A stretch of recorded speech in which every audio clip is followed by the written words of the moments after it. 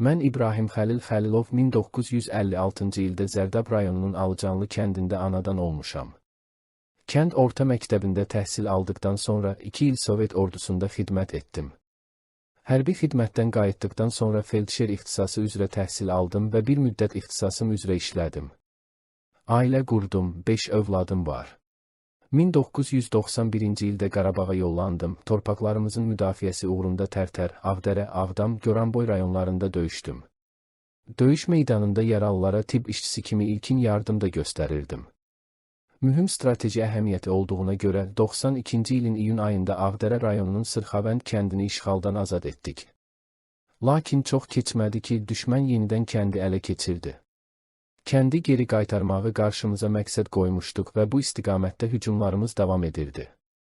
93-cü ildə Sırxavənd uğrunda gedən döyüşlərin biri mənim son döyüşüm oldu.